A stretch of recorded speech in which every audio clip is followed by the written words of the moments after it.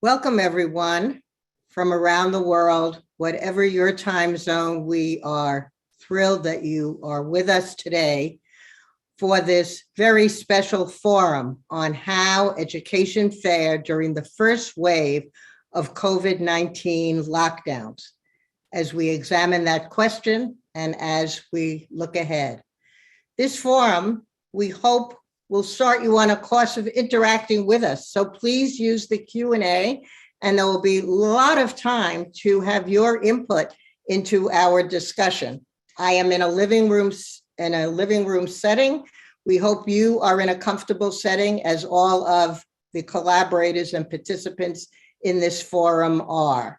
The forum itself is a joint collaboration between the Organization for Economic Cooperation and Development, that we warmly call OECD, and the American Educational Research Association, AERA. I will not go into long introductions. I really just want to do brief introductions so that we can come to the heart of our discussion. But I did want to kind of emphasize the three components of our forum. First, we will have an overview of the OECD recently released report in October of this year called Schooling During a Pandemic. It is downloadable and one that you might want to delve into if you haven't yet seen that report. And I would like to introduce William Thorne, former senior analyst at OECD and one of the co-authors of that report, and Stefan Vincent Lancren, the other co-author of that report, who is deputy head of the Center for Educational Research and Innovation at OECD. And then, as the announcement may have emphasized, we're going to drill down into data from two countries. From the United Kingdom, we will hear from Brigitte Robb, and Brigitte is at the University of Essex, but also is the co-investigator and co-lead for the COVID-related studies at the ESRC Research Center on Micro-Social Change. And we will hear both about those two components of their research as we both learn from them and look ahead.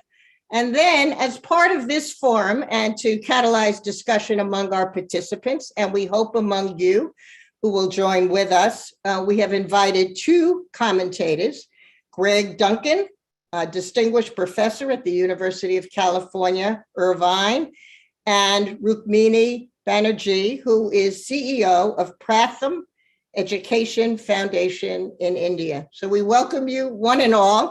We wanted to go on screen because the introductions will be short, but the conversation, we hope, engaged and long and important. And with that, I turn this over to Stefan and to William.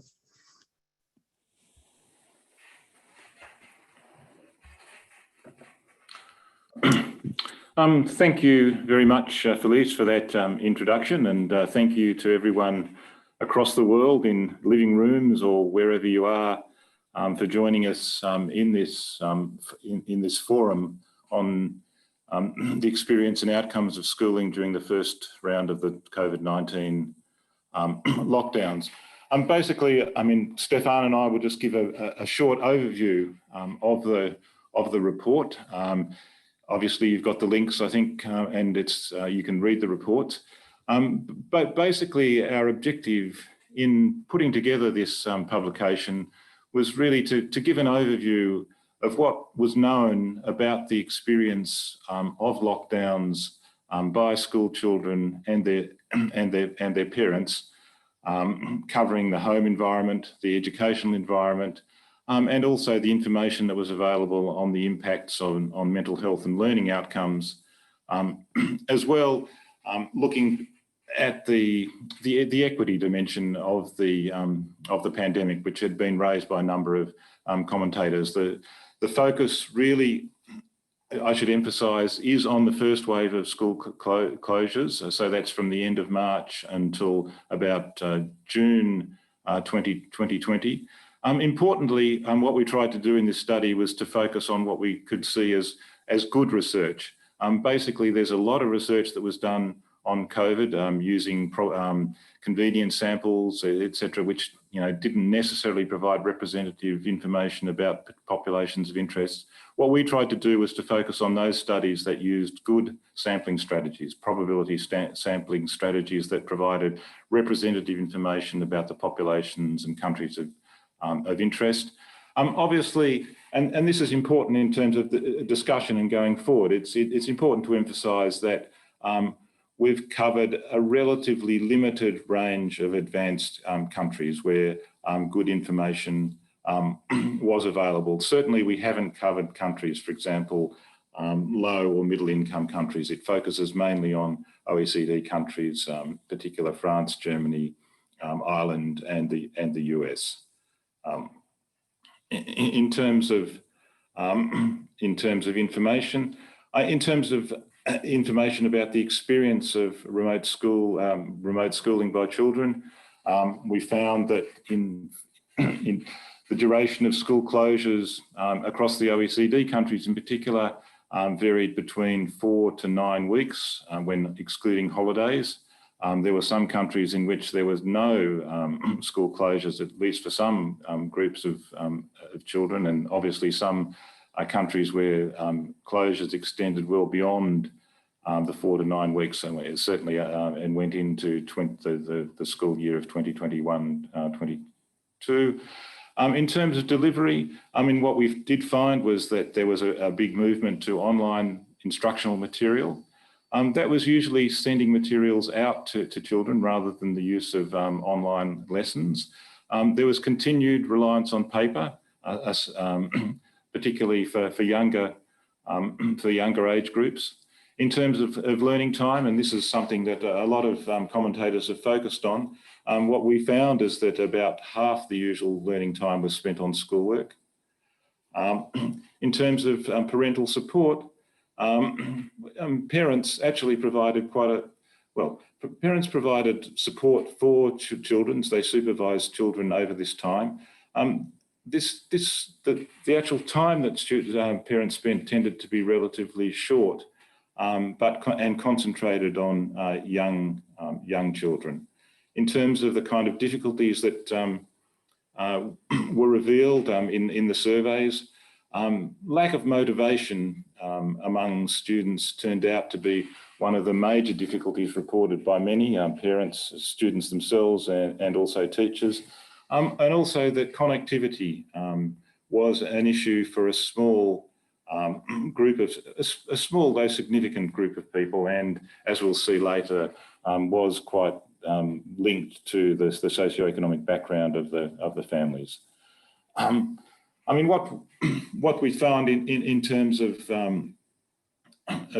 time on school, that one of the interesting things was, and you can see this in the report, there was a loss of contact with schools for a significant group of students. This ranged from about 6% in France to reported about 20% in Czech Republic, and these were students with whom schools had no contact during this period, or very little contact. As I said, just to give you an example of Germany in terms of the mode of delivery of lessons and learning resources. As I said, in most countries, teaching moved to online delivery. And as you can see from this slide, in Germany, we had about 86% of students, the cases in which students access their learning materials digitally. As you can see, e-learning with video conferencing was only about 27%, experienced by about 27% of housing, and other modes of delivery were still, they were small, though significant, for example, 14%. And in terms of the time spent on school-related learning activities, as I said, what we found was about half the usual time was spent on school-related learning activities.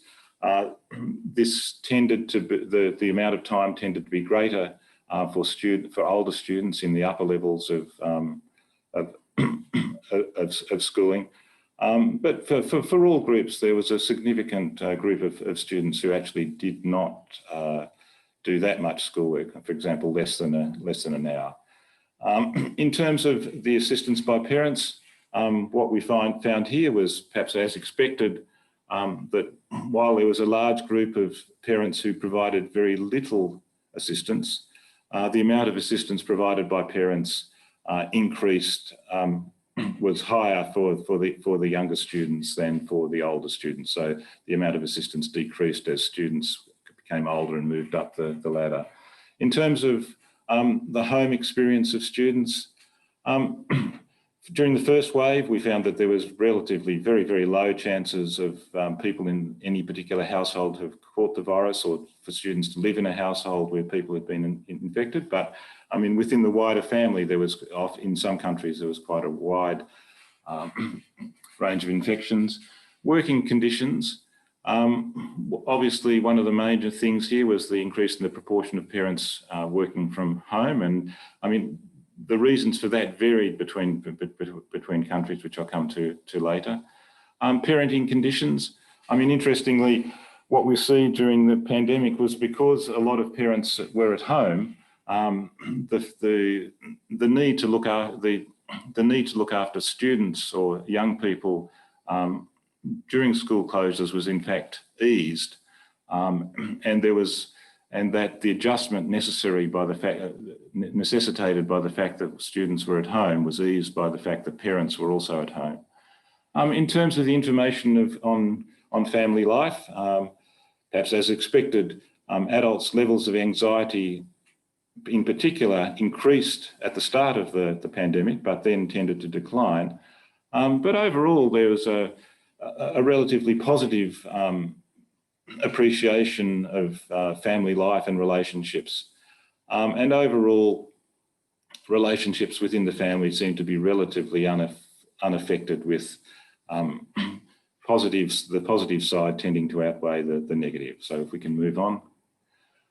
Just to make a point here about the experience of the working conditions of adults. I mean, what we found is that in most countries, unemployment did not go up. Despite the fact that economic activity ceased in many cases, in most countries in the OECD, government assistance allowed workers to keep a link with their employer, to keep their jobs even if they were working 0 hours. Whereas there are other countries such as the US and Canada in which we see a huge increase in unemployment, and support was provided primarily through unemployment benefits rather than in-work support. If we just move on. In terms of the psychological well-being of adults, and this is an example from France, which is relatively illustrative of the experience across a number of countries, what we see here is that the levels of psychological stress increased at the start of the pandemic in March, and then declined, and then basically remained fairly stable for the rest of the period. And as we see, I mean, here in terms of the relationships within the family, here we have data from France and the United Kingdom, which shows that in most families, the relationships didn't change, with the positives tending to outweigh the negatives in both of those countries. So I'll just turn over to Stefan, who will cover briefly the outcomes of students. And yeah.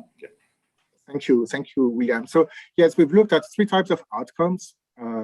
Basically, the feelings and well-being of children, the appreciation of parents for the schooling, and actually then the standardized tests that were carried out in a number of countries. So what we found basically is, well, children reporting increased level of anxiety, stress, sometimes loneliness and boredom in several countries.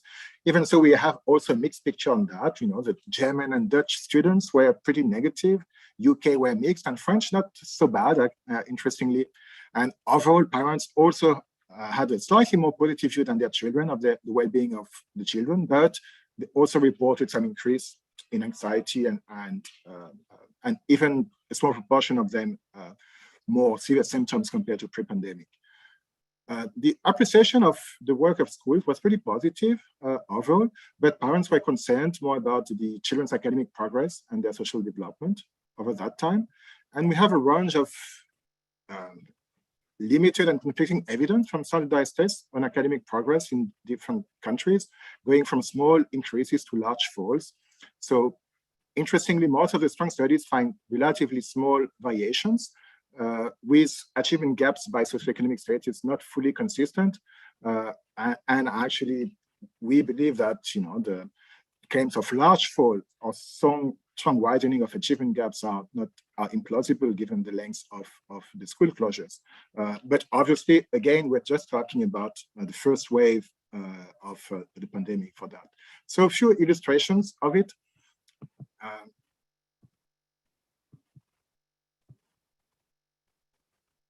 Here you can see some data from England on the mental health.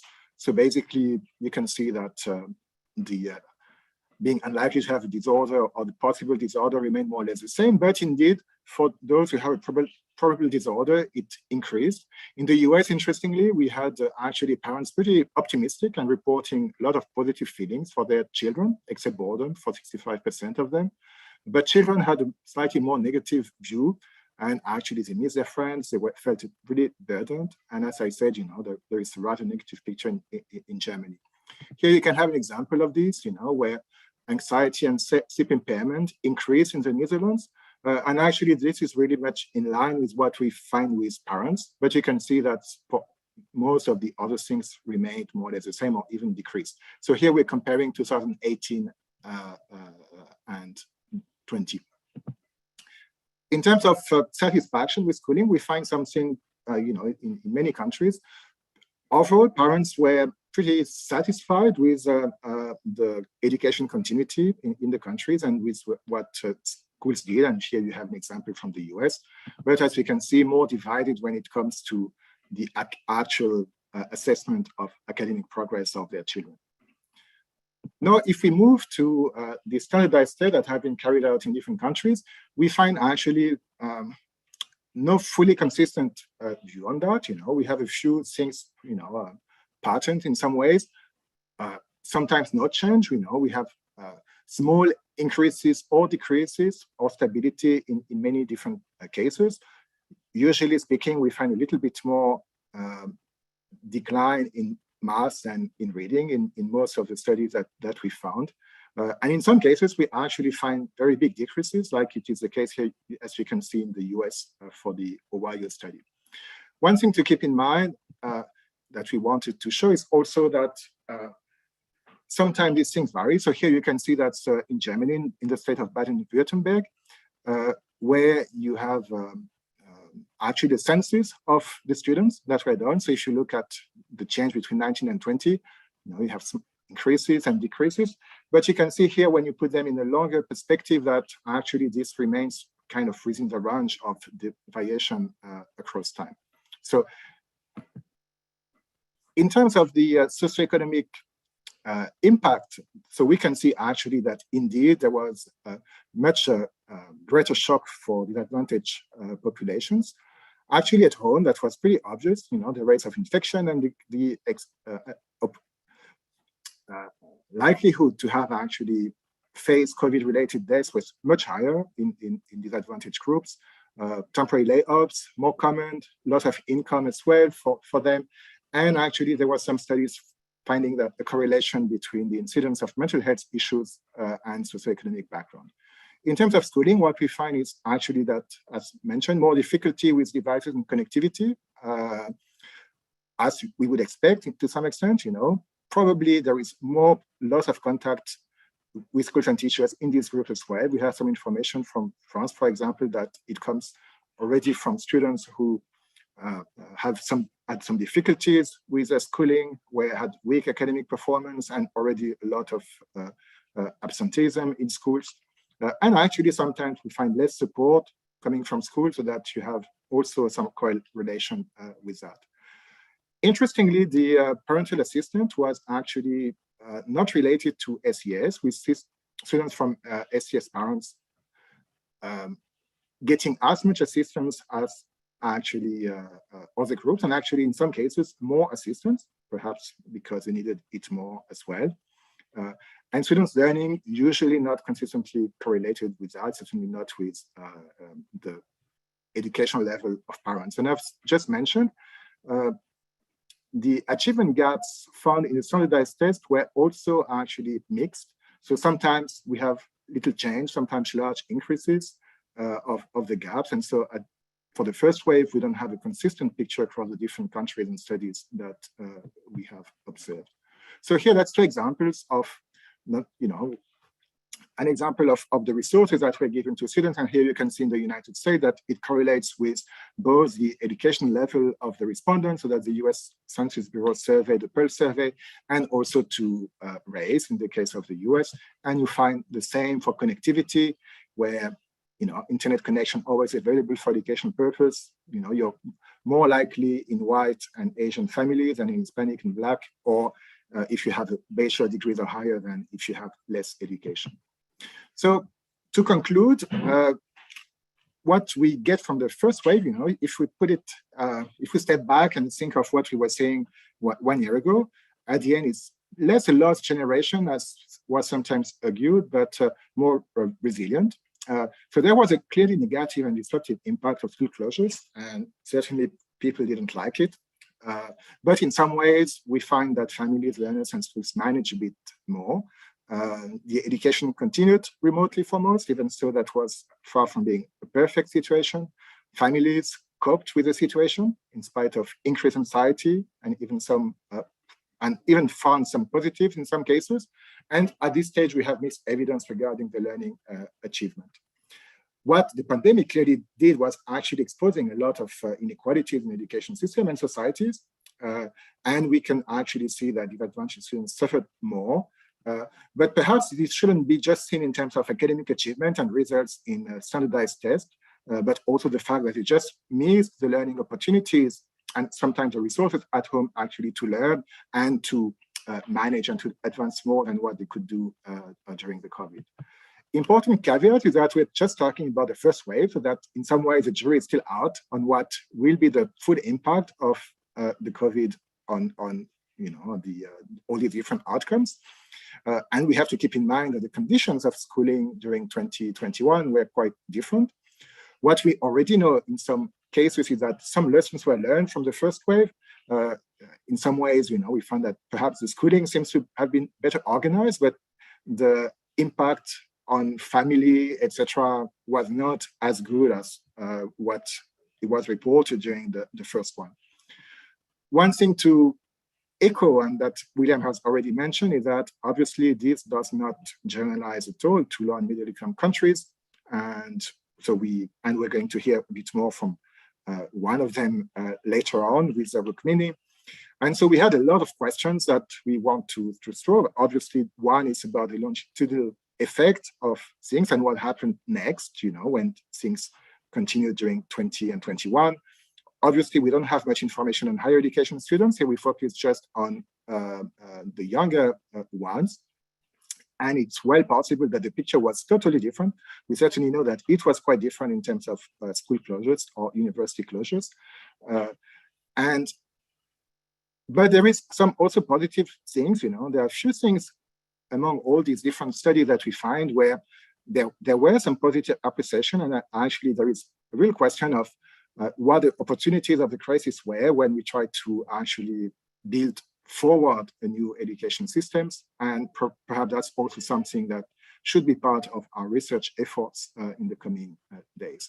So as we seem to be starting a fifth wave, I just want to remind us that actually the OECD and Education International have developed principles for the recovery, and actually the first one is to keep schools open as much as safely as possible, and you have a few more, and we hope they won't be, the principle for during the pandemic will be over very soon, but that we can still work on those towards for the post-pandemic.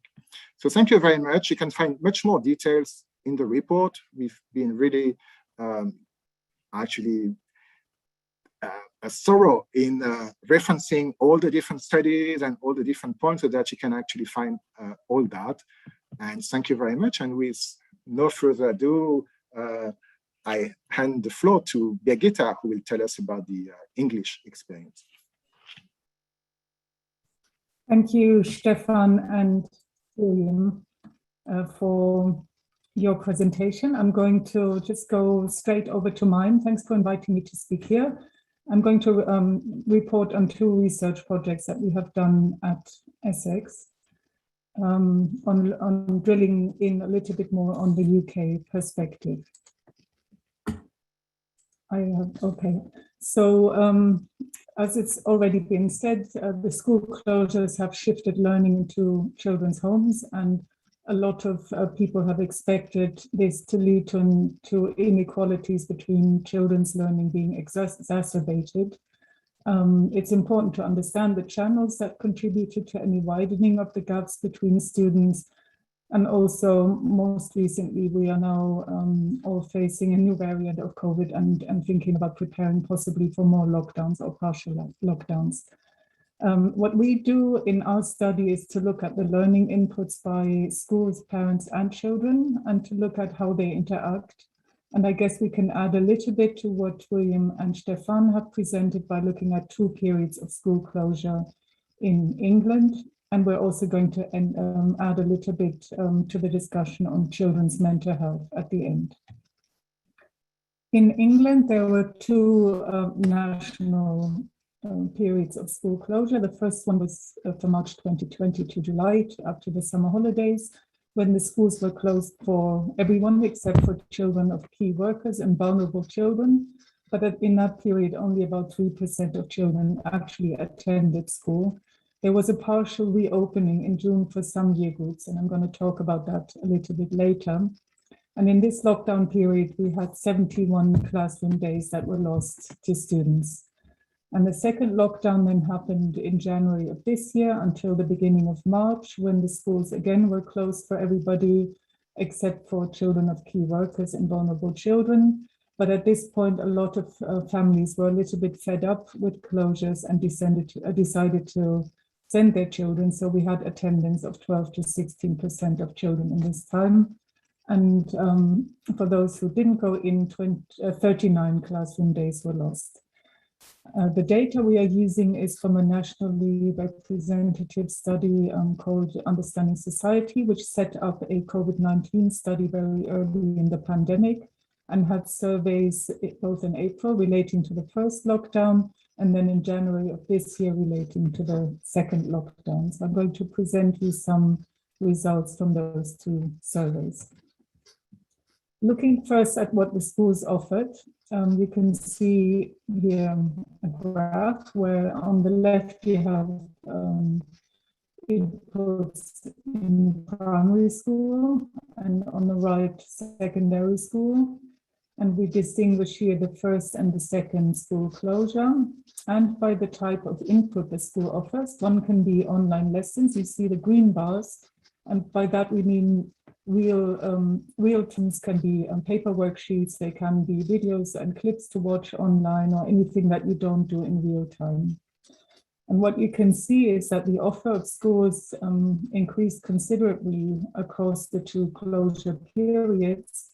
In primary schools, the offline materials offered went from 2 to 3 pieces of work a day, and online lessons from less than 1 a day to more than to 1.5 per day. And in secondary schools, especially the online live lessons went up from 1 to 3 a day. So quite a big increase. We tried to relate these increases to school background characteristics to see if it was certain types of schools that offered more or less, but couldn't find many correlates, kind of suggesting that it was the school leadership that was responsible.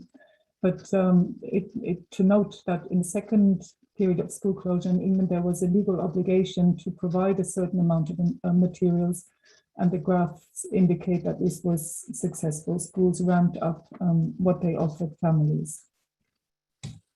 The next thing that we can look at in terms of learning inputs are additional learning resources. So these are resources not provided by schools, but instead sought out by families themselves. And here you can see the green bars are free resources that people looked up, like anything that they could find online or worksheets distributed by charities. And you can see that there's especially in primary school in the first lockdown, more than 60% of families found those free resources. In secondary schools, it was about half of families. Compared to that, paid for resources, which includes anything like online tutoring or paying for apps to use online, that was at a much lower level and did not change much across lockdown. So these are certain families who would anyway have tutoring. They continue to do so over time. We again had a look at whether finding these additional resources was correlated to socioeconomic background and did not find that this was the case. So families across the board went out and looked for these resources. And what you can see is that at the second school closure, when the schools had offered more themselves, families then used fewer free resources. Basically, they were plugging in a hole that was left by a low offer of schools in the first lockdown. Now, looking at the times that parents and children invested into learning, you have the parents' time in green and the children's time in orange. And you can see that in the first closure, parents and children in primary school worked about 2 hours a day, most of the time together. In secondary schools, parents helped for about 1 hour a day, and the students on their own, they worked 3 hours. Then by the second closure, you can see that the child's time increased quite a lot and the parents' time a little bit in primary school. And in secondary school, you have a huge increase of the child's time. And quite interesting for this and important to note in terms of the background of families, we do not see, we see that parents are spending more time with younger children than with older, which is quite intuitive. They need more help. And this is true both in primary and secondary school. We have a little bit of a difference by ethnic background, with families from some ethnicities helping less than others.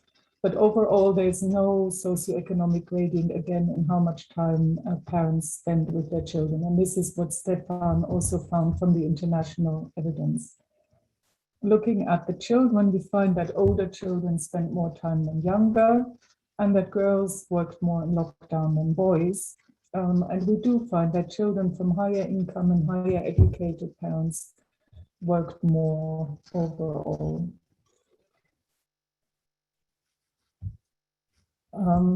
In the next step of our study, we looked at how the extra provision by schools affected families. So when schools increased their offer from the first to the second lockdown, how did this affect what families did in their home? Looking first at primary school, we found that the more school inputs there were, the more both parents and children were working, and especially offline materials were engaging parents more than online materials. And quite interestingly, the increased time inputs among low educated parents, they went up as schools provided more. So in that sense, the school provision helped reduce socioeconomic gaps in family inputs. Looking at secondary school, we found that live online real-time lessons were most successful in engaging students for more time. Parents reduced their time as a result because there's not much that they need to do if their children are being taught. But we find quite interestingly that the time increase was larger for boys than for girls. So this helped reduce the gender gaps in child inputs. So in other words, the background differences that we found in time investments, they reduced as soon as the schools were offering more. What does this imply for inequalities between children from different families? We found remarkably little evidence of a socioeconomic gradient in family learning inputs. People from all walks of life seem to be engaging, finding free resources, and so on. So if there will be evidence of widening inequalities, this may be caused by factors other than time inputs, for example, to do with the home environment, access to broadband and laptops and tablets that are not shared with others in the family, that was unequally distributed, and things like finding a quiet study space, having a desk to work at, differences in family finances, anxiety, mental health, and abuse. All of these things obviously also play a role for learning. There may be differences in parents' ability to help effectively, and different areas were affected by COVID infection rates differentially. And so we suspect that inequalities may emerge along other dimensions other than socioeconomic status, such as gender, previous attainment, region where people lived, and also the mental health of the parents and the children themselves. Now, in the UK, testing of children was ceased as soon as the pandemic hit. We don't have national test results that we can look at, so there's limited evidence on what outcomes all of these inputs led to. But this is a study by Learning Renaissance that estimated, and Stefan and William talked about these figures in their presentation already. This looks at the months of learning lost for children in primary school, of primary school age, excuse me. On the left-hand side, you have reading. On the right-hand side, you have maths. And there are 3 different time points. Autumn 1 is just after the first lockdown. So this is 2 months of progress lost in reading on average, and 3 to 4 in maths. Then the next point is just a few weeks into the autumn, where people who were back at school. And quite interestingly, you find that the learning loss reduces very quickly. So this is just 2 months of learning when all the children were back at school. And you can see the reduction in learning loss to now 1 month in reading and under 3 months in math. The third point relates to the time after the second lockdown, and we're down again in terms of the progress. But quite interesting that there seems to be quite a fast catch up once the children are back at school on average. We don't have a lot of figures about inequality in learning loss, unfortunately. So looking next at children's mental health, it's quite striking, I think, over the world that it's become clearer to many people that schools are not just a place for learning, they're also a place for social interactions and play, to have a daily routine to keep up, to receive pastoral support, to be safe against abuse, harm, and neglect that the children may face at home, and other things such as physical activity, healthy eating, and so on. So all of this might have affected children's mental health, and there is evidence emerging from around the globe that mental health is a big problem.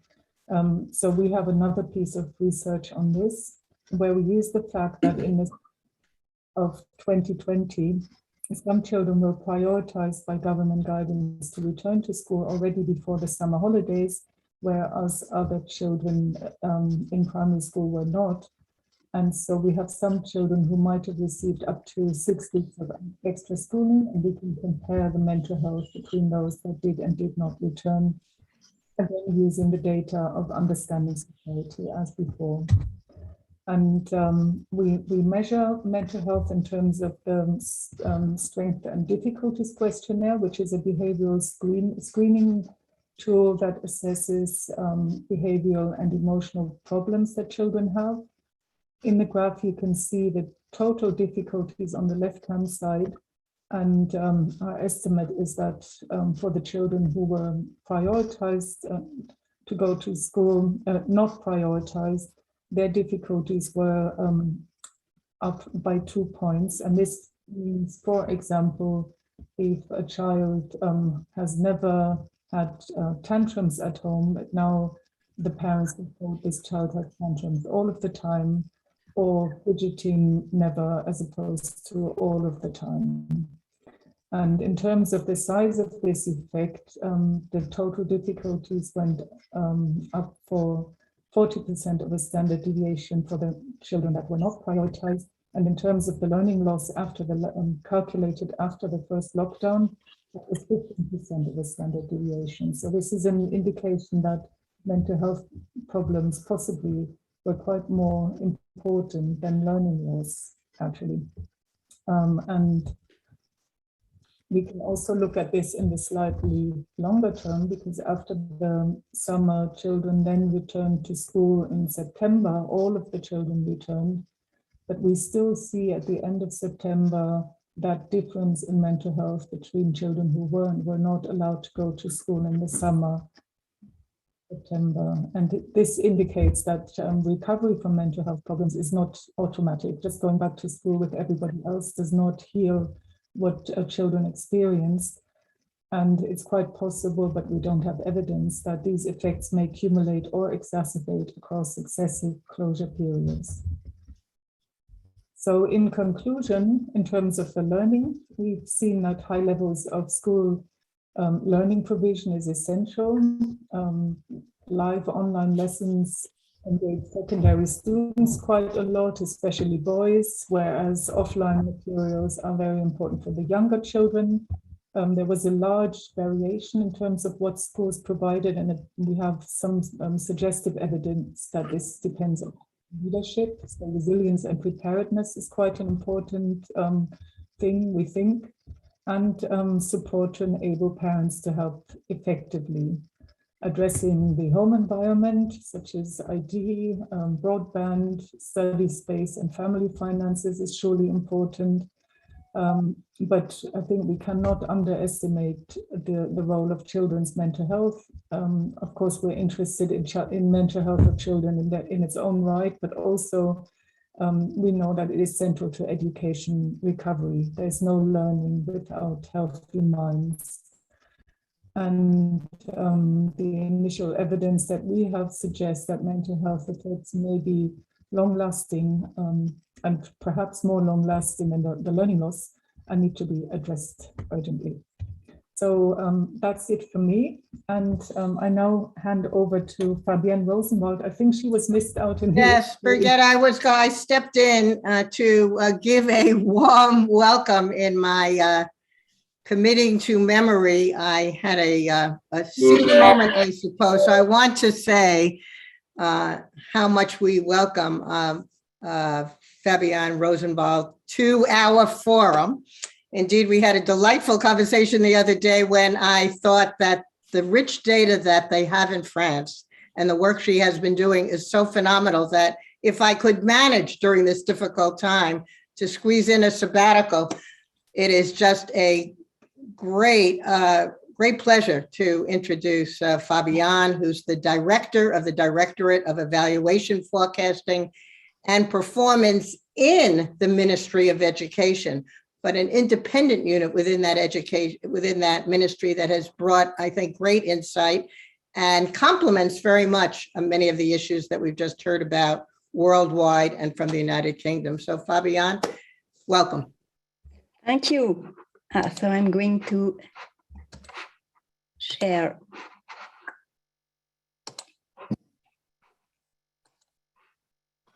Okay, it's so I would like to thank the OECD and the AERA to give me the opportunity to present you what we can already say about how education fared in France during the French school lockdown of March and April 2020.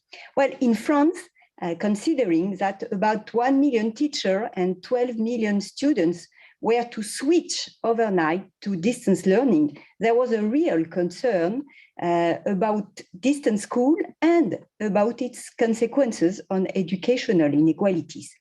And so, because as a matter of fact, our teachers are not equipped of computers by their employers, and because French teachers reported less use of ICT in their teaching practices than in other OECD countries. We have seen that in the OECD survey Thalys in 2018, and because there was a strong demand for training in this area.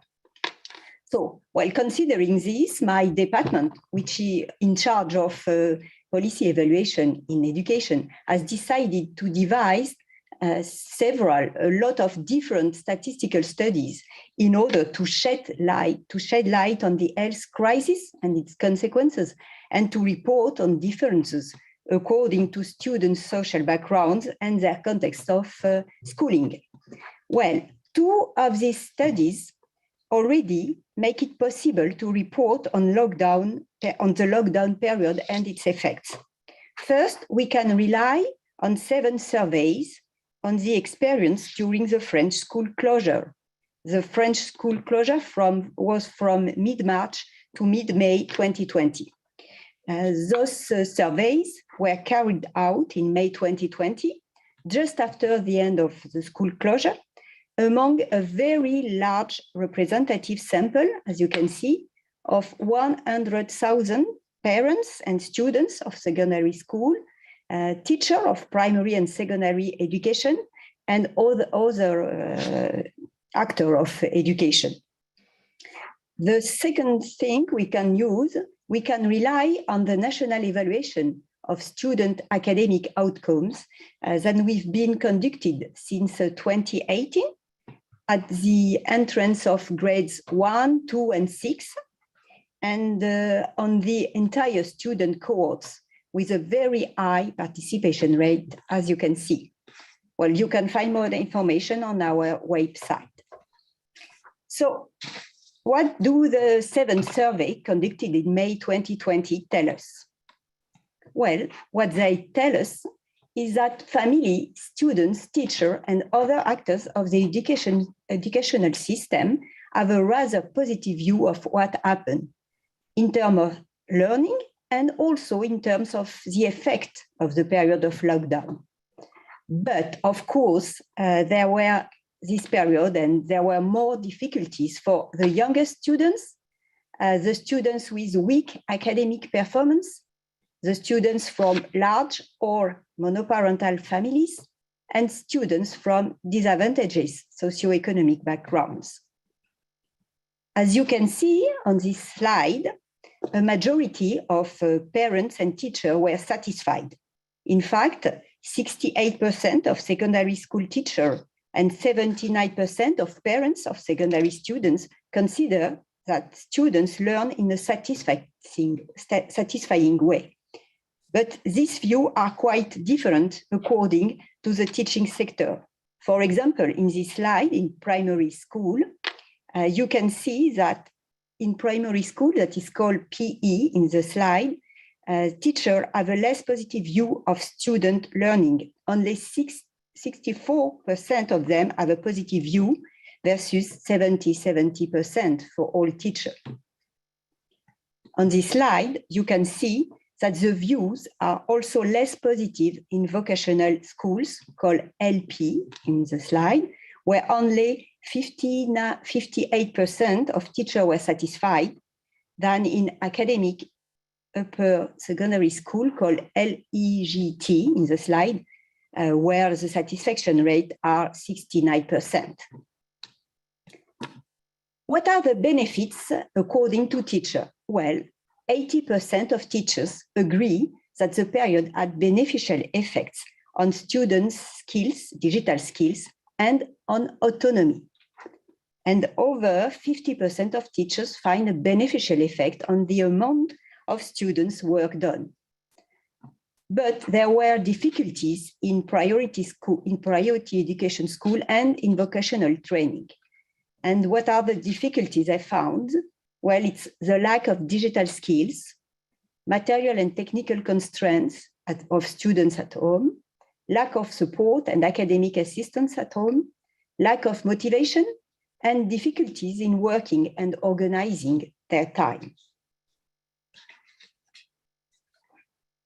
What are the benefits of distance learning now, according to parents and students? As you can see on this slide, 60% of secondary students' parents and 85% of secondary students confirm the gains in autonomy emphasized by teachers. And even 6 out of 10 parents even say that their child has discovered new learning methods and has become more independent. But what were the main difficulties according to parents? Well, there were 25% of parents reported difficulty in motivating their child, and about 20% of parents reported lack of time to help their children.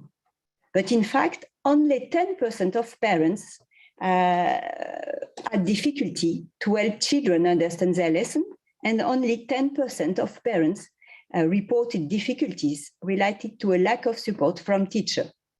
And what is very interesting, it's the impact of socioeconomic status. As you can see, helping children understand lesson was more of a difficulty in low socioeconomic status families, whereas lack of time to help was more common in high socioeconomic status families. It can be understood, of course. Well, from our 7 surveys, the main conclusion was, when we made statistical models and studies, it's that students' academic performance was the main factor explaining students' difficulties. And in fact, socioeconomic background was the second factor explaining students' difficulty.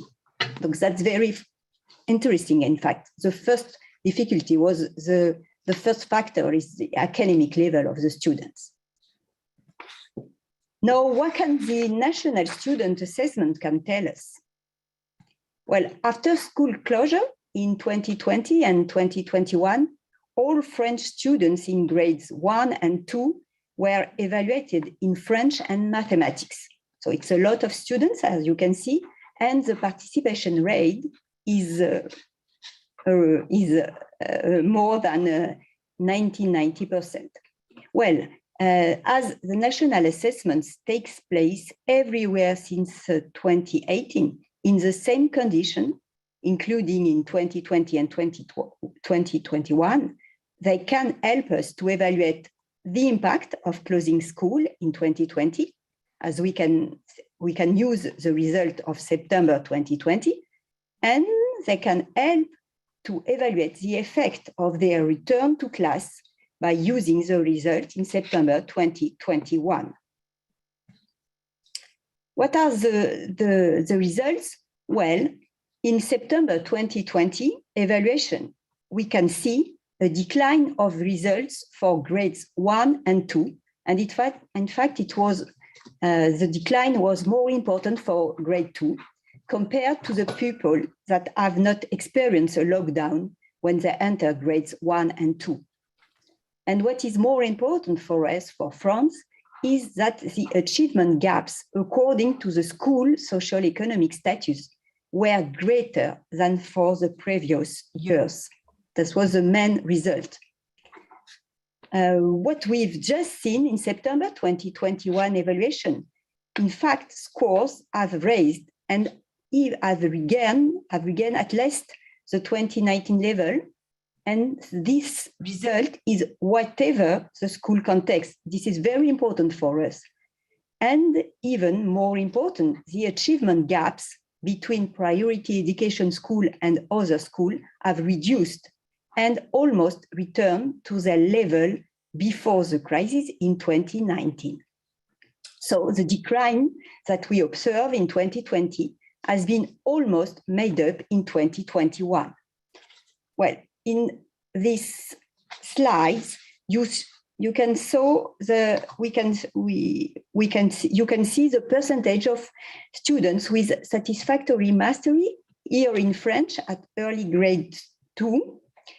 For each domain, the horizontal bar represents the percentage of students with satisfactory mastery.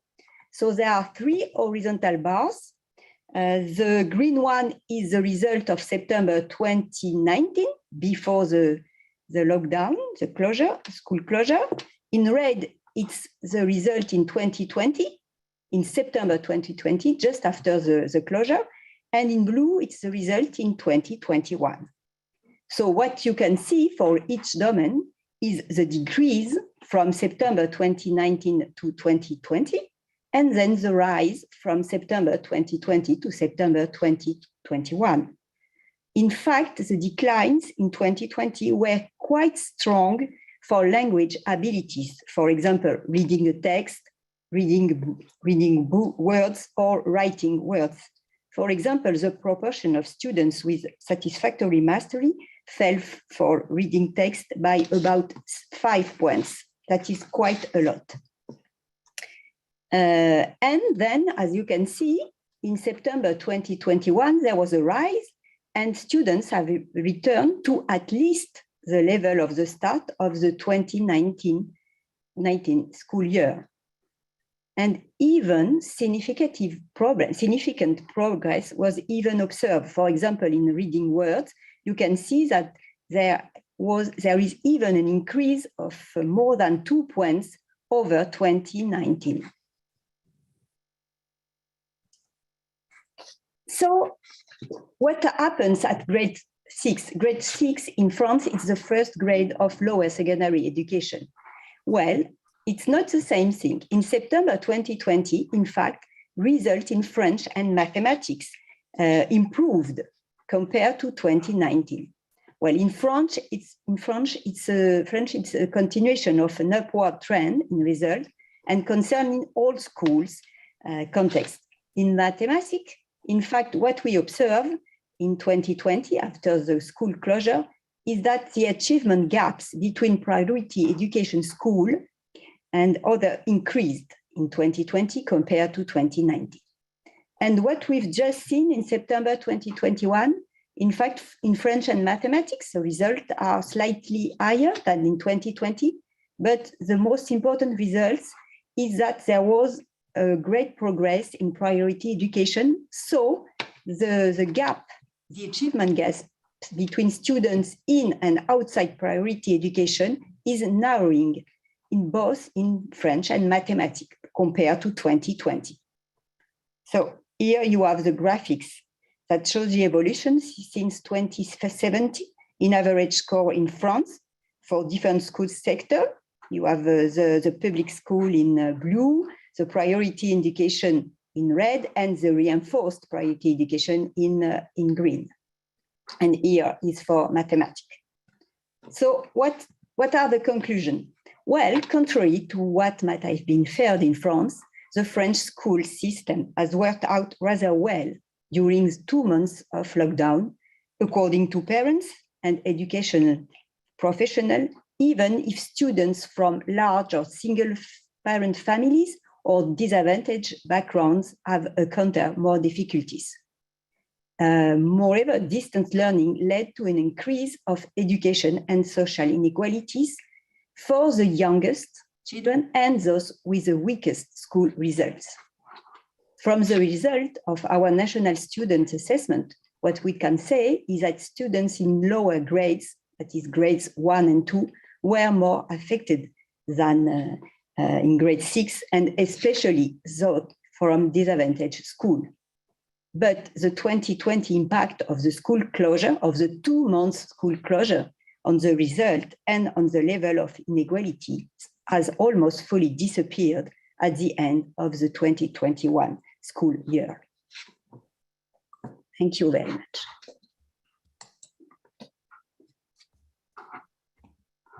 Thank you. Now we will take the perspective, and we hope that you continue to post your questions when we open it up to the forum. We'll first hear from Greg Duncan and then Rukmini Banerjee. And I should say that it's an opportunity both to reflect on what we've heard and to look ahead from both of our commentators. Greg? Thanks, Felice. It's a pleasure to be able to communicate with all of you. And it's especially good to be following Fabienne because her report in part was on achievement gaps and what happened to achievement gaps in France. I want to provide some perspective from the United States where the variability of the school closure was much greater state to state. In some cases, it was for the full school year, 2021. Often in some of the largest city school districts. So the amount of in-person school attendance was considerably greater in the US. I want to focus not only on what the short-term effects of pandemic have been on achievement gaps, but also look a bit to longer run expectations for what those gaps might be. And I'll be using results from a survey that we conducted in almost a year ago, November 2020, where we surveyed more than 200 education researchers, mostly in the United States, and asked them questions about what they expected achievement gaps to look like, both this past spring and also this coming spring. So we were interested, we provided them with a scenario where suppose the gaps between families in the top and bottom fifth of the income distribution was about 1.0 standard deviation in both math and reading, which is about what it is in the United States. So before the pandemic, 1 standard deviation difference. What did they expect that gap to look like this past spring, spring 2021? And what did they expect the gap to look like a year later in the spring of 2022? So we were interested in the short run and also longer run projections. What kind of mental models did they have for what would happen to the achievement gaps? And what we found was when they were asked from a base of 1.0 standard deviations in math and reading, what they expected the achievement gaps to look like in this past spring, they expected the gaps to grow. They expected the gaps to grow substantially, more in math than reading. So they expected from a base of 1.0 standard deviations in math, for example, that the gap would grow by 30% to 1.3 standard deviations. And the reading gap, this is the median values, and that the reading gap would grow from 1 standard deviation to 1.25 standard deviations, so a little bit less. And then for the longer run, a year later, I think if there are increases in gaps that are quickly remediated, as Fabian suggests they were in the case of France, then there's much less of a concern than if these cohort increases in gaps persist all the way through schooling and into adulthood. So this projection of what the longer run impacts are is very interesting. And what the kind of median forecast was that the math gap, which they thought would go up to 1.3 standard deviations, would only come back down to 1.25 standard deviations. So not very much at all. And the reading gap, which they thought would increase to 1.25 standard deviations, would only come down to 1.2 standard deviations. So they were quite pessimistic on average about what they expected the reductions in the gaps would be in the year following COVID. But as I say, in the United States, COVID impact on school closures persisted well into the spring of this past year. And so only now are we starting to get an idea of what the gaps actually did. And the only solid piece of information that I can dig up, because most states haven't tested in the fall, is from a company called the Northwest Education Association, which is a nonprofit that runs a kind of a testing service for schools, and thousands of schools have used it. So they have a time series of what the math and reading scores are looking like this fall relative to before the pandemic. And when they classify schools, not students, but schools according to income level, poverty level, what they find are indeed jumps in achievement gaps, not the 30%, but more like 20% for math, and not the 25%, but more like 15% for reading. But again, these are based on school classification of income and not child classification of income. So I'd expect they would understate the true change in the gap. But I'm delighted to hear that France has a different experience than the United States, but it appears that the United States indeed incurred a rather substantial increase in achievement gaps.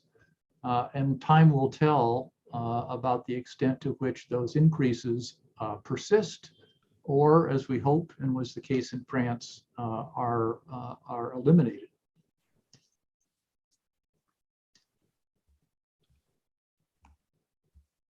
We'll ask Rukmini now to join us, and I also want to emphasize her extensive understanding of both rural and urban schools, and having led for many years the annual Status of Education report that I think that recently another was released, and we'll be sure to give everyone the URLs. I'm watching the Q&A and how do we get this and how do we get that? That's one report you'll want to look at. Rukmini. Thank you so much, Felice. It's been a fascinating time. It is true that we live in a very big world, and literally there is a difference of night and day. Many of you are in the day part even right now, and it is night for us here in India. I think that the picture that I'm getting, and I don't have as much opportunity to hear about countries in Europe and in other parts of the world as maybe some of you do, but it really comes away with a picture of a temporary shock that happened to the system, and that both the families and schools seem to have coped. I think I found Greg's description, a short description, very interesting as well, that there is variation in a large country like the US. And so I guess as I was listening to all of you, I was thinking, and maybe there are others like me in the audience who were thinking that what can we in the other part of the world take away from all of this? And I think that there is much to learn. The French presentation was incredibly useful.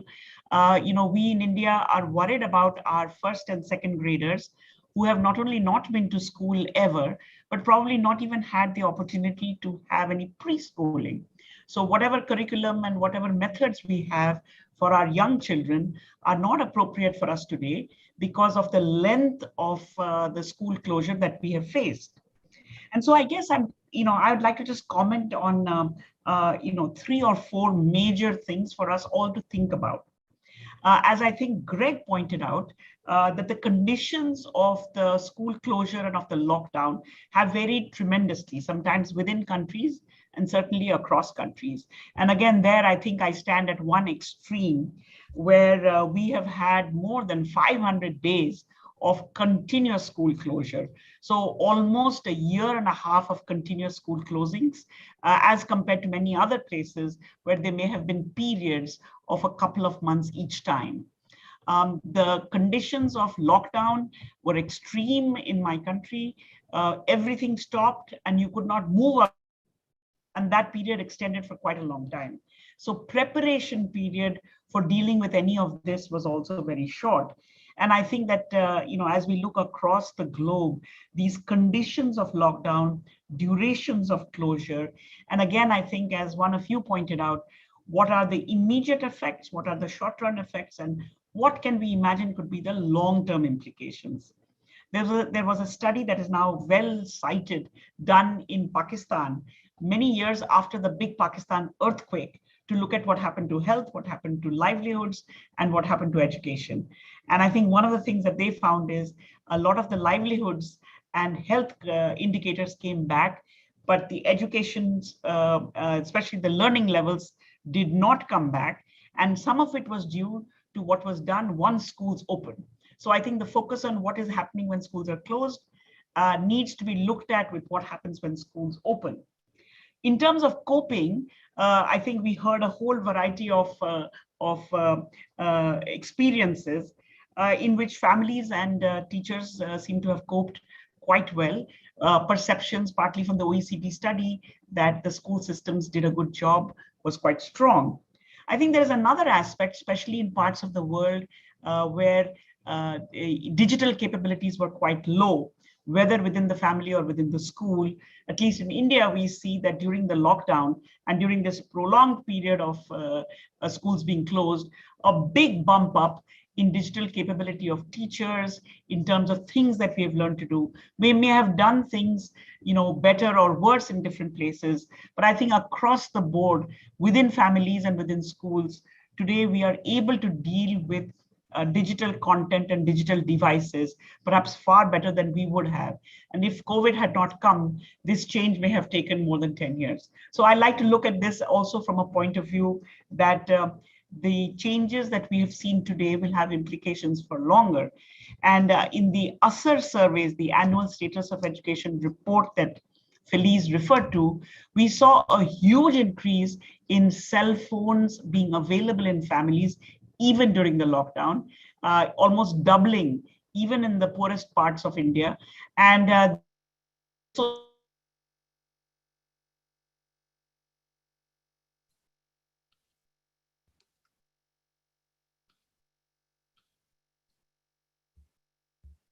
for whatever they could do, parental mobilizing of resources for how to help children, whether it was poor parents or rich parents. I think this is a global phenomenon. Everywhere parents did what they could.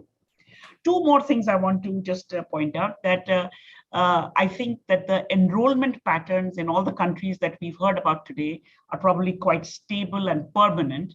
In India, we have seen across the last 2 years quite big changes. Even though schools are closed, enrollment in schools has seen quite a big change.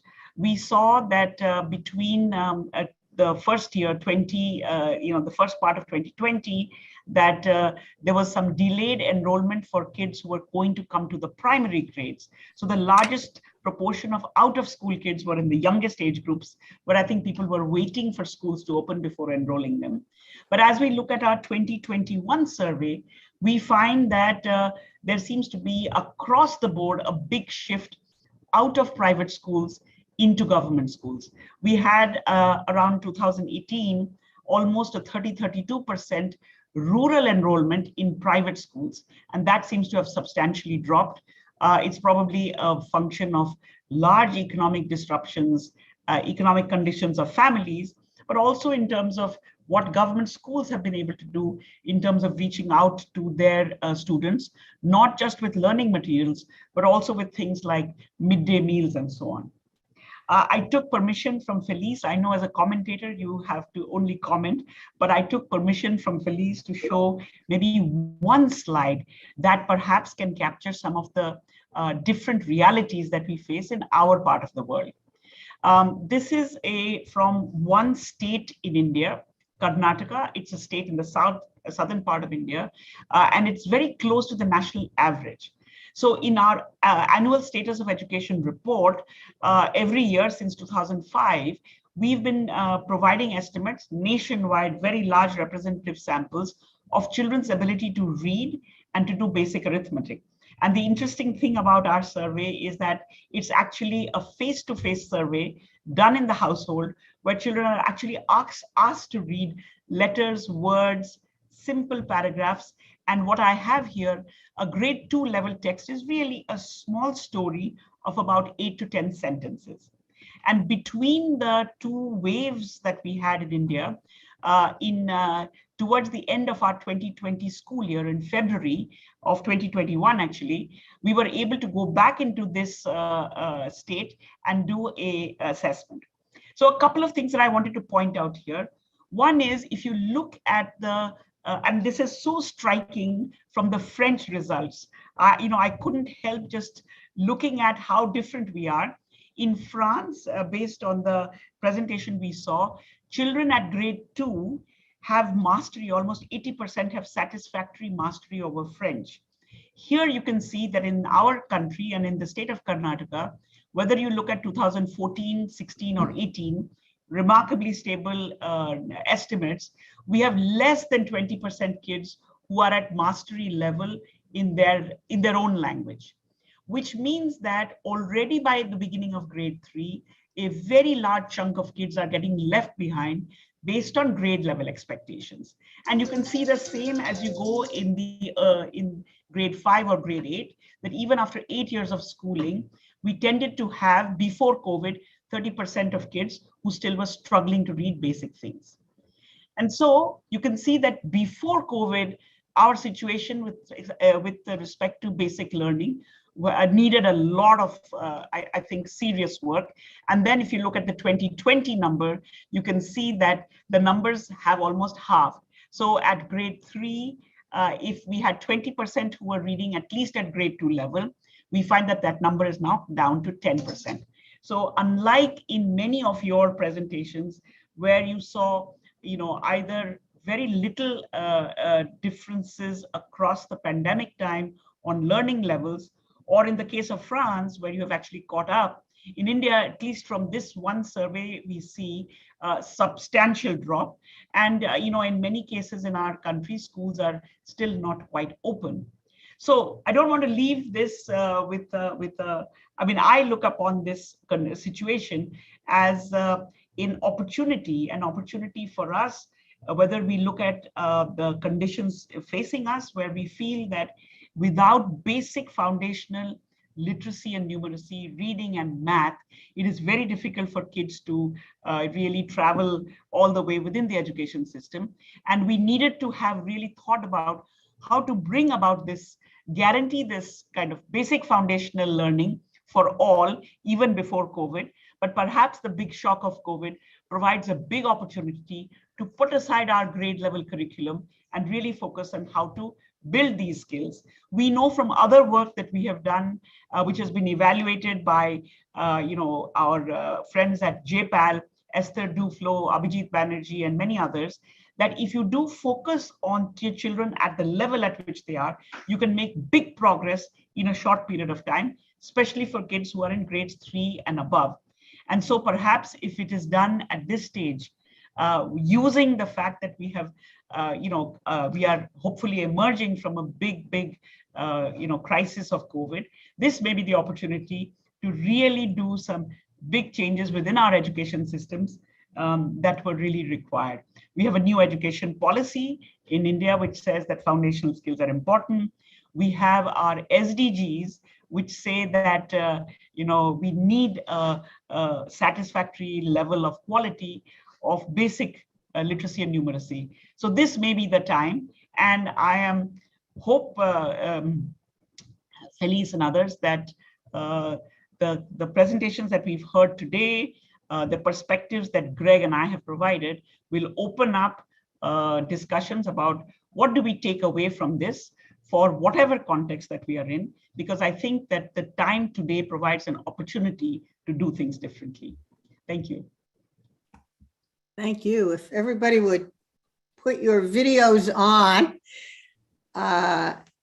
instead of opening with a question, I am going to toss it to George Wimberly, who's AERA's Director of Professional Development and our Diversity Officer, who has been assimilating well over 100 questions. So let's start, George, with what you're hearing from those who are with us as to what's on their minds. And then we will end with Rukmini's question about the future. Well, great. Thank you, Felice, and thank our panelists for their excellent presentations and sharing this information with us. Our audience, you all have been putting lots of questions and things into the question and answer box, and thank you for doing that, and please keep those coming. But for a general question for our panelists to open up with here, now we have many researchers who are, of course, among our audience. And we also are recognizing that this research is coming from different parts of the world, and that all of us who have been impacted by COVID in different ways. As we are continuing this research, so I want us all to think about here, and here's a question. What are some of the common indicators that we can collect or as for data, or that we can focus on around the world? Common indicators. Okay, just pop in. Yeah. Who'd like to respond to that first? Any thoughts about the indicators? ways that we could work together so that it is not so siloed in what we're learning. Fabienne? Microphone. Yes. I think that one thing that was very important is the academic outcomes. And so we have international studies, international assessments that can be used. Of course, there were other, how you say, there were other shock of educational policies, of course, during the COVID and after. But I think that we can use that. Another thing that I thought about when hearing the comments is, for example, in France, we have decided to carry out panels, cohorts of students, and we have decided to study those that were the most affected by the crisis. That is to say, the youngest in grade 1 and 2. And we are going to follow them and to see how they recover. It's very important. And there were a survey to parents and to their teacher, because we have to know all the things that happens for these children that were the most affected.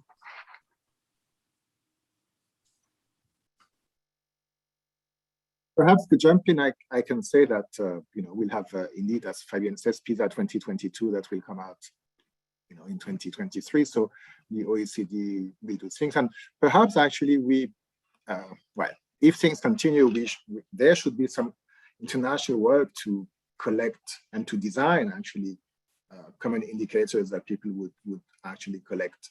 And also on the resources, if I can add to Fabienne's initial list, so what were the resources and the quality of those resources that were available to different learners across all these different countries. Elise, if I can jump in, I think that this moment is a very good time to really come up with an international way of measuring basic literacy and numeracy in the very early grades, by grade 2 or by grade 3. The SDG 4.1.1a, I think it is, very complicated, these SDGs. But I feel if that is not achieved in most countries of the world, none of the other education SDGs will be achieved. And I think that, for these very young children, at least in countries like ours, a pen and paper test cannot work. It has to be something which is much more like the kinds of methods that, we have been using. So this may be the opportunity. 2030 is still some years away. And I think that this could be the international community's opportunity to really focus on what is it. And I agree with Fabienne, grades 1 and 2, the early grades, how far have children, there is still time for them, we can do more for them, but we need to be able to do assessments very simply that parents and teachers in all countries can understand for these very young children. Now, there was the theme throughout with respect to what I suppose two dimensions. One, what were children really receiving? Was it online learning? Was it more materials? Were there socioeconomic and race ethnicity kinds of disparities in what they were receiving? And also the theme throughout was also about that relationship between socio-emotional well-being and learning and the interaction between those two. Very important in early education. So as we're thinking about indicators, are there any additional ones you might want to share in those dimensions?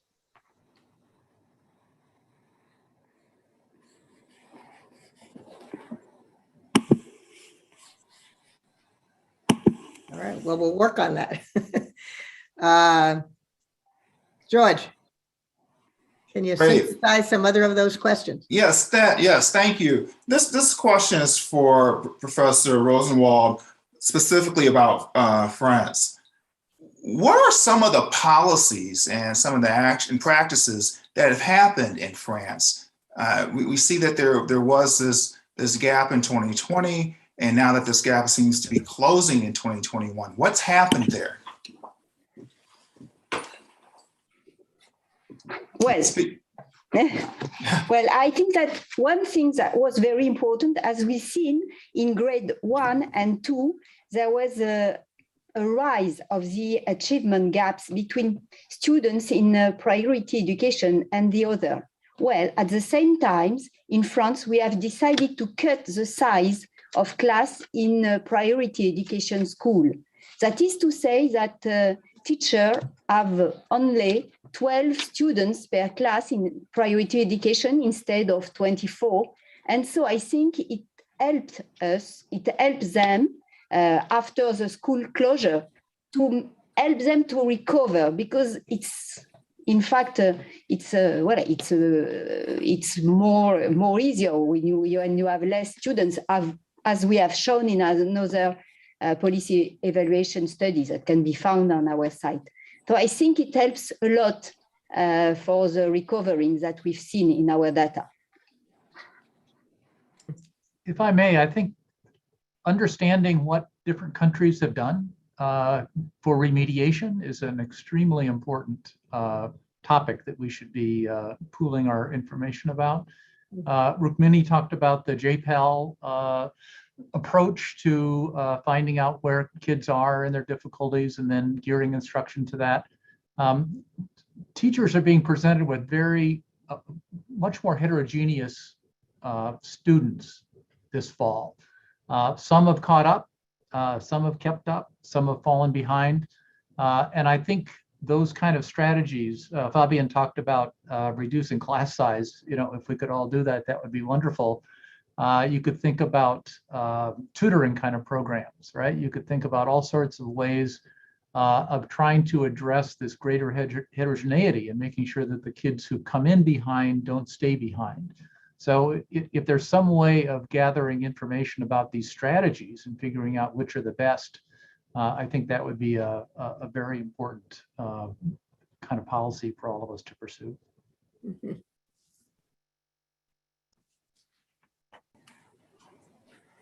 George? Another question here. Much of your presentations have focused on students. Can some of you speak to issues around teachers and what's changed and for teachers and how they teach as well? And what supports you might deduce from your work they may need?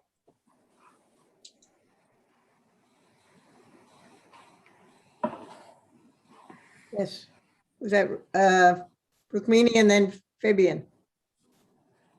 So I think that, for us here in India, where instructional practice is very tightly anchored to the grade level curriculum.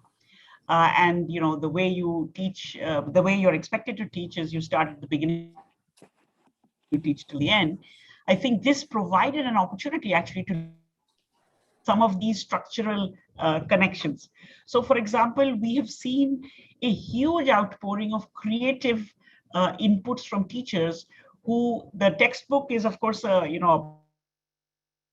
actual physical object, but as different school systems were sending messages home, how do you create videos? How do you create audio material? So I think in a very structured system like ours, it enabled teachers to reach out to children in their own way, perhaps much more than what your traditional classroom structured setting was.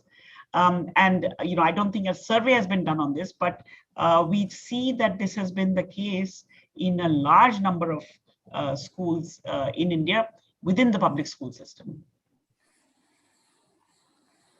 Fabienne. Yes, as we've seen in our surveys, in fact, teacher, and as Greg said, they invented a large new of devices to keep contact with students and to motivate them. But one thing was very important, especially in France. The teacher said that it will ameliorate the relation between teachers and parents.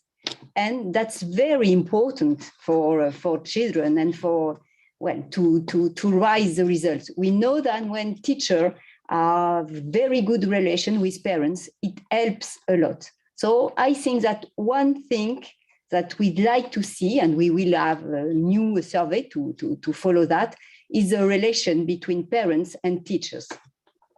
And we can see that in Thalys, in the following tallies because there is a question on that. And in France, we have a lot of problem with that because teachers say that they were not considered in the society. I think it will change that because they did a good job.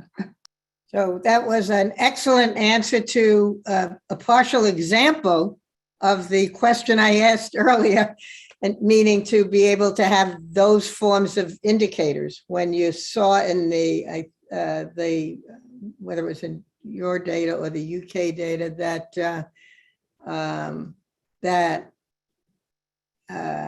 parents were reporting that their children were suffering from a lack of motivation, and they were suffering from a lack of time. That's maybe that was the OECD data. That's a bridging issue that we need to be thinking about and how we measure and understand that in terms of learning. So I thought that was is a very good example. I wish we could continue. I can say that there are well over, there were well over 100 questions. So we will try to sift through them. Many of those might be references to data in reports that all of you have been involved in or led. I do think as we look around the world, only partially across my colleagues here, that we do need to figure out what this means in terms of doing more together. We keep on having these shocks. I suppose it's the volcano that keeps erupting and disrupting, and what we do about that is a challenge and an opportunity. So I'd like each of you, go around the room fast, go around our collective living room fast, and I'd say two things. One, did anything surprise you in the work that you're doing? And two, what's your major takeaway from this and for our attendees joining with us today? And I will start with Stefan. Yeah, I think that what I want to finish on is the fact that there are actually opportunities. So echo what Rukmini said, this is a time where we can actually learn from the crisis and do things differently. That's a time for that. I think that one of the things that surprised me and perhaps we don't tap is something that just mentioned before, it's how new types of social relations and perhaps actually new types of ways of organizing schooling could be actually built on what we've learned during the crisis, so involving parents much more, not just as, with teachers, but as part of the learning of their students and etc. Brigitte, crossing the channel. Yeah, thank you, Felice. The most surprising, well, I guess there was this strong expectation that socioeconomic background mattered. I think it is encouraging to see that across the board, parents were really working hard to engage. And I agree that communication with school, also supporting teachers who are now pretty much burned out after this experience. So support for teachers is an important thing. And that is where we need to engage and getting rid of those structural barriers that disadvantage some over others. And I think the thing that struck me most is the mental health aspect, that I fear that this is a bigger problem than the learning loss, and that it is something that is not being addressed as much. And the focus in the UK, for example, is on this one-to-one tutoring, so have more instruction time, whereas I think it's the human experiences, the speaking with each other, engaging with each other, doing physical things with each other is what children need more. And that would be my takeaway message, I think. William, who is approaching 3 a.m. in Australia, so 3 cheers. Thank you. I mean, in terms of, what has struck me about looking at the data is the extent to which the empirical information actually belies the concerns of many experts. In many cases, a disaster has been predicted, and to some extent, that has been averted largely through, I think, the incredible human capacity for adaptation and adjustment. My takeaway would be a plea. Please stop using the term learning loss. This is not what is occurring. People are not losing learning. They are not perhaps learning as much as they would have in other circumstances. And I think it's really important in terms of our discourse to avoid this assumption that we have lost something. Greg. Well, I was shocked and delighted to hear of the French experience from Fabienne, to hear that the gaps can actually be remediated completely. So it is an existence proof, I think, for what's possible. But I hope we all kind of keep our eyes on that prize of ensuring that longer run effects of COVID on school success are minimized and ideally eliminated. Fabienne. Well, for me, I think that in France, the most important thing is the decrease of the achievement gaps between the priority education school and other, because as you all know from PISA and other survey, in France, it's a real concern, the educational inequalities. And another thing that is very important, and from this discussion, is that we all need statistical study. We all need to invest in evaluation policy because as we see now, we are lacking in some fields of such tools to really understand what happened during this crisis. So I think, and our government ask a lot of studies. So, well, I think it's a good thing because now they are convinced, they know that it's very important to invest in cohorts that are long-term investment, for example. Rukmini. I think that to me, the big surprise was the fact that so many people got involved in so many different ways to really help children. If you think about a piece of paper, at least in India, home was at one end of this piece of paper and the school was at another, and it was a little bit blank in between, because while parents were very involved in schooling of children, everybody expected the formal learning will happen inside the school walls and through the textbooks and exams. But I think all of this I think the walls have crumbled, and that white piece of paper is now full of many things, some coming from the sky, like WhatsApp messages and online, some coming from your grandmother. It's been a mixed picture. So many more who's are involved, and a fantastic number of hows have been involved in this whole teaching learning process. So my one message would be that we have to seize this moment and tackle the what. What should our children learn? And this is our moment to actually move away from a very structured, linear, progressive curriculum that at least my part of the world has inherited or adapted, to really think about, what is it that our children should know. And I agree with William. I think children have learned many new things.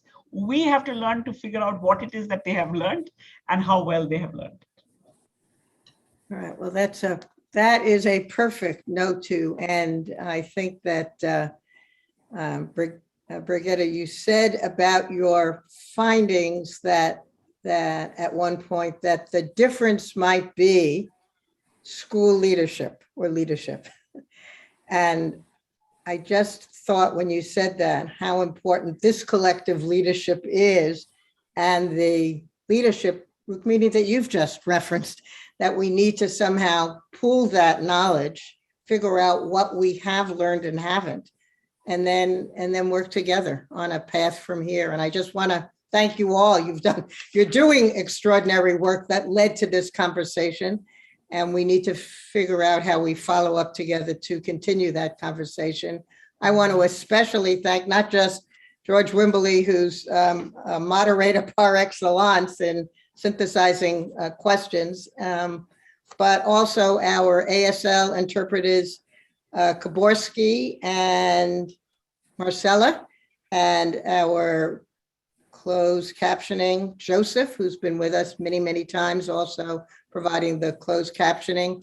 From the AERA team, Badut, Ataria, our IT systems administrator and specialist in all things broadcasting, and Robert Smith, our meetings director, Tony Pauls, our director of communication. But most of all, I just want to reaffirm all of you who joined with us as attendees, and you all who participated in this when you've got many things to do in many time zones, and all of those things that you have to do, we value, appreciate, encourage, and at least socio-emotionally support, even if we don't have the finance package yet together. So have a good rest of whether it is now, the 30th or the 29th, and we will find another time to intersect.